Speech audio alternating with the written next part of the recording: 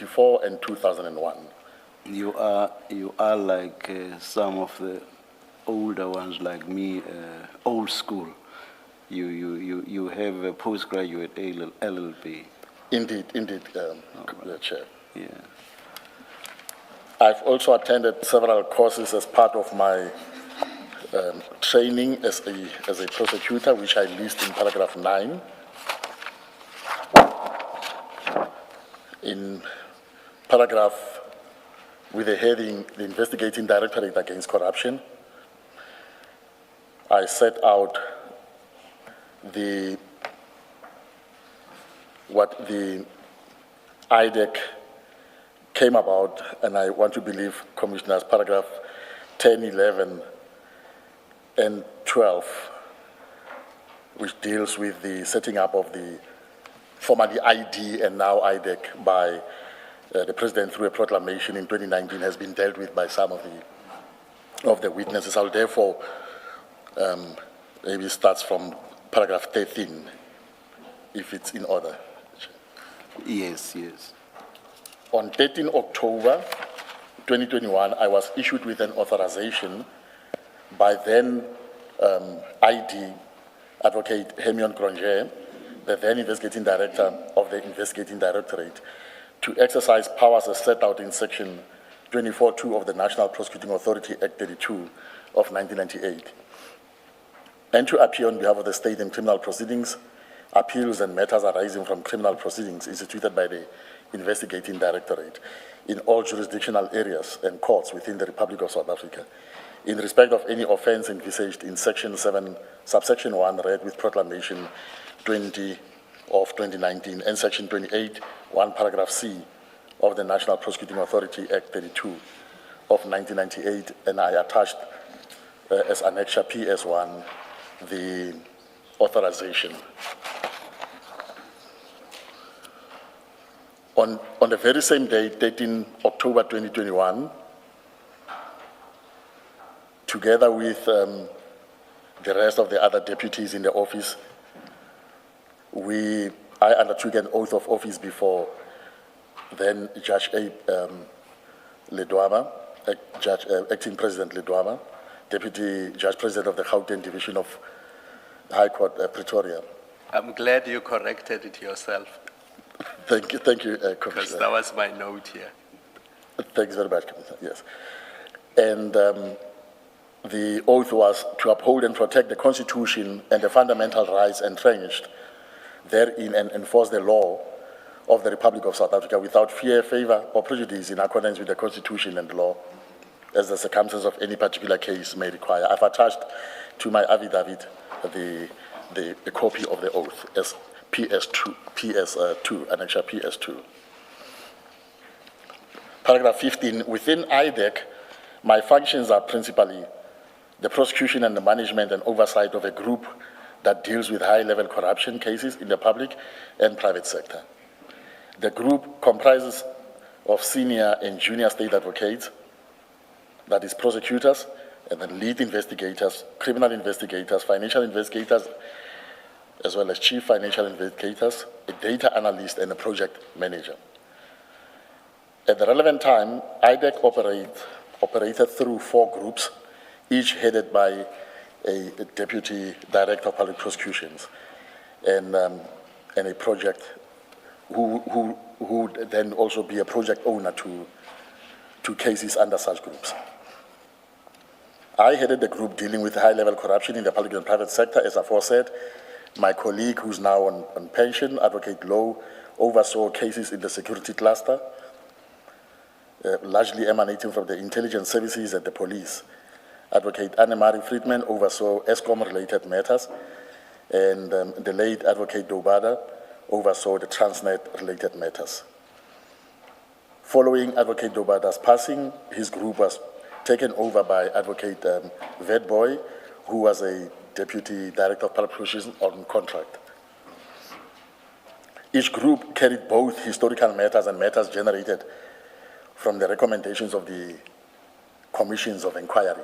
That is the State Capture Commission, commonly known as the Zondo Commission, the Empathy Commission, and the Nugent Commission. Advocate Serunye, in paragraph 16, where you mentioned that Advocate Low has since retired, who has taken over that group? It is now Advocate, her surname is also Low. Trying to remember, I can't remember her name now. Her advocate surname is also Low. All right, thank you. Yeah, Talita Low, I think. Yes. Morning. When did Advocate Low retire? At the end of April this year, Okay, thank you. 2026. Thank you. Paragraph 17. At the time of the Mokwele and Lushaba matters, a significant part of our work was to identify potential cases from the recommendations and evidence of commissions of inquiry that I've earlier listed, the Zondo, Mpati, and Nugent Commission. In my group, as a group, and I would then compile a memorandum, in brackets, an application addressed to the investigating director, motivating for the authorization of an investigation. Maybe just to add, Commissioners, the application or this memorandum, in the said application, I'll then set out the summary of facts as we would have detected them from, say, from the Zondo Commission report. A particular case, I just want to give an example, maybe let's say that deals with Sunday trading. I'll then encourage all my group members to read the particular chapter of the commission, and let's say we identify that particular case.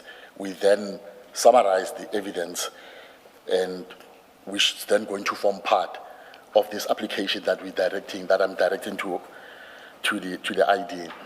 And in the said application, I'll also then request the ID, if she finds that to be in order, to authorize the matter, either in terms of section 28, 1A, or 2813.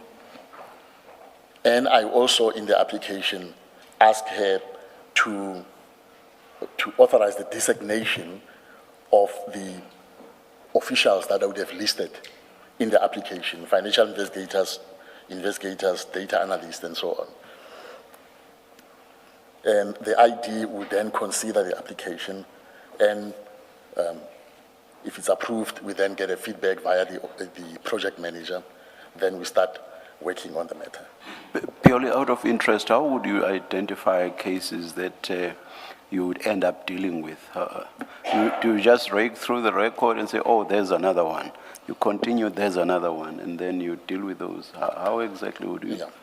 Yeah. Chair, like I indicated in the earlier paragraphs, I was overseeing a group that was dealing with high-level corruption in the public and private sector. So I'm talking about commission matters, not, that's my focus, not your section 27 referrals. Yeah. Yeah. We read through the report. The commission, Judge Zondo made certain recommendations. Okay. For example, when the commission would have dealt with the matter, they then make a recommendation whether law enforcement should look into that. There's recommendations which are direct to say prosecution should be considered.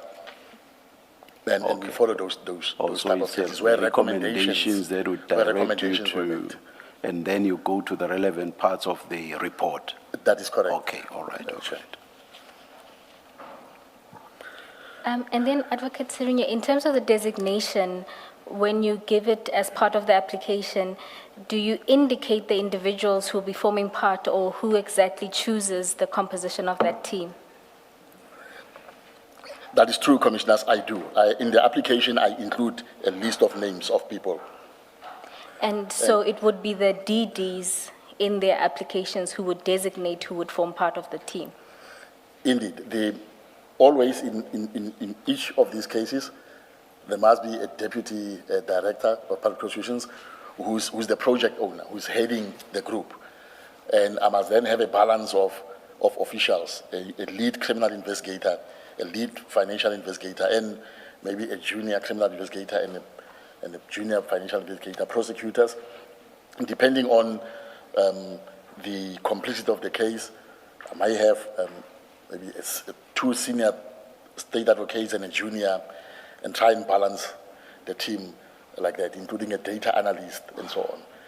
But then I'm requesting the ID to then, and if she finds that to be in order, to approve that. It's not, I'm not making a decision at a time, it's just an application. The ID will then go through that. Sometimes she will then suggest, include chief investigator or maybe include 2 more prosecutors and so on. Then we change the documents, provide them to her again, then she signs it off. Whether a Section 27 referral or a commission matter, would a matter ever commence within IDEC without a Deputy Director of Public Prosecutions being a part of the team? Ordinarily. That shouldn't happen. That shouldn't happen. Did Chair. it?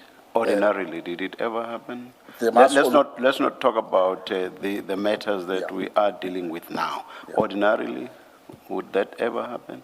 It will never happen. There must always be a deputy director, because as we go on with the investigation, there are documents that must be signed by the deputy. There's communication that we must make with outside stakeholders that must go under the signature of the deputy director. So from inception, From inception, deputy is involved. there must be a deputy All right, who's the project owner of the project. In the application that you submit, Yes. and you say that because in the nature of an application which is approved by the ID, you say she could make recommendations or suggestions that include others. In your experience, has she gone so far as to specify who by name, not just include another 2 investigators or a prosecutor? Have you had that kind of experience? I've never had such an experience, commissioners, but she will suggest, maybe looking at the balance of the team, that you still need another prosecutor, either a junior or a senior, without specifying a name, without recommending, include so-and-so. She will just advise, beef up your team, you still need another data analyst or this or that, but without specifying a name. Okay. And again, your experience, have you had experience where the ID picks the team for you? Have you had that kind of experience where she specifies these people that she has already spoken to, and you're married to them, so to speak?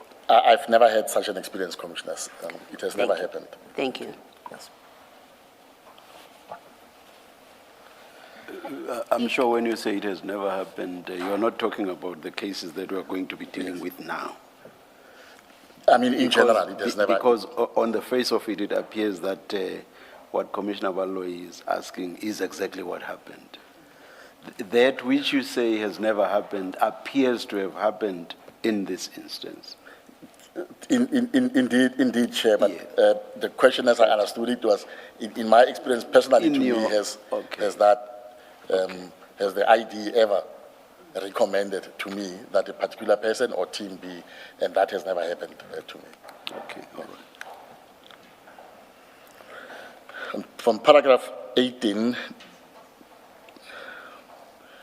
depending on the strength and detail of the available material, the memorandum would motivate either for an investigation under section 28(1)A of the Act or for a preparatory investigation in terms of 28(13).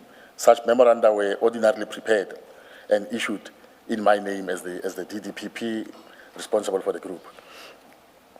I deal with the oversight structure in brief in paragraph 19.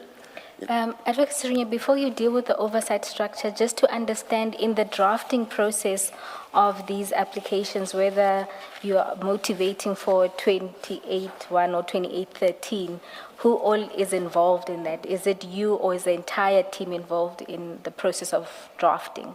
It is the whole team. So, not necessarily that, but sometimes I'll sit with, say, a lead criminal investigator or a senior state advocate, but there are instances where I'll sit with the whole team, and because I would have said to them, read here, read those parts, let's deliberate. I'm intending to do the following, and therefore, as a team sitting, I'll also then get advice from other members of the team to say, Didi, maybe here, let's go for a 28-13, or let's go for a 28-1A. And in your experience, has there ever been a situation where the ID indicates to you that please draft an application in terms of either 28-1 or 13? No, it has never happened to me in that sense, but there are instances where, let's say, my memo would ask her to authorize it, the matter in terms of 28-1A, but after going through what we would have presented before her, I know of one matter where she would have said, no, not a 21A. She then make notes on the memo. She sort of recommends or does not recommend. When she recommends, she make notes, or if she doesn't recommend, she also make notes saying why. Sometimes you can call me in and say, the evidence is insufficient, maybe at this stage. Maybe I propose you go for a 28-13, but she always makes notes on top of that memo so that you understand when I go back to my team, I can also brief them to say, this is the outcome of the application. In those instances, it would be on the back of you having made an application, not necessarily that she would approach you to say, make an application on her own, as it were. Indeed, Commissioners, I would have made an application, and she then makes her recommendation.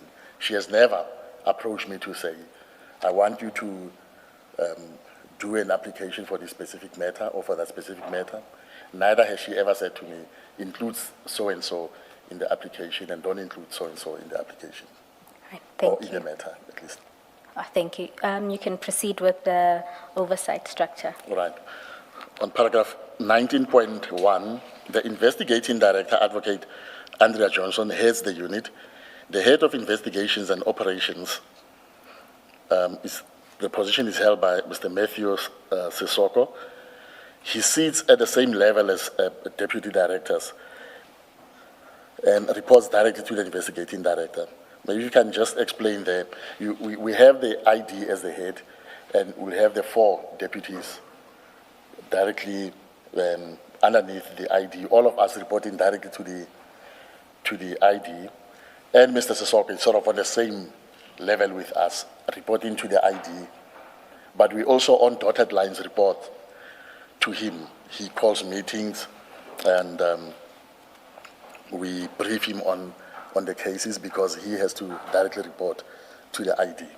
You say in your statement the dotted line reporting is in respect of, I think you said, operational matters. Would that be administrative matters, or what are operational matters?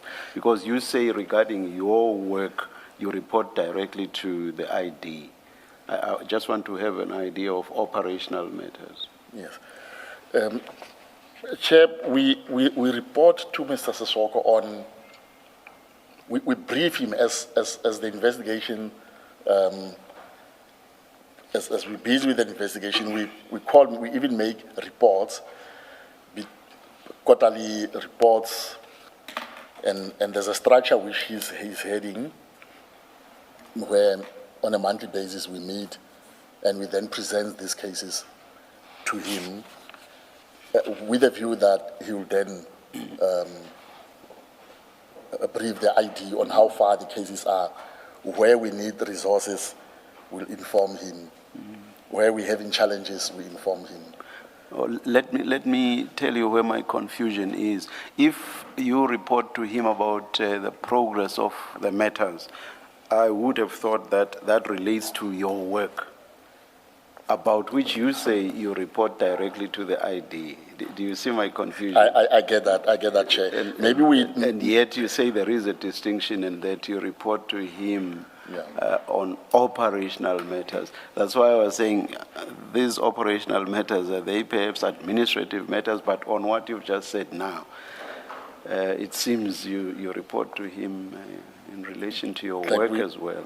True. Like we're duplicating the reporting. What we report to him To some extent, we also, when we're having management meetings or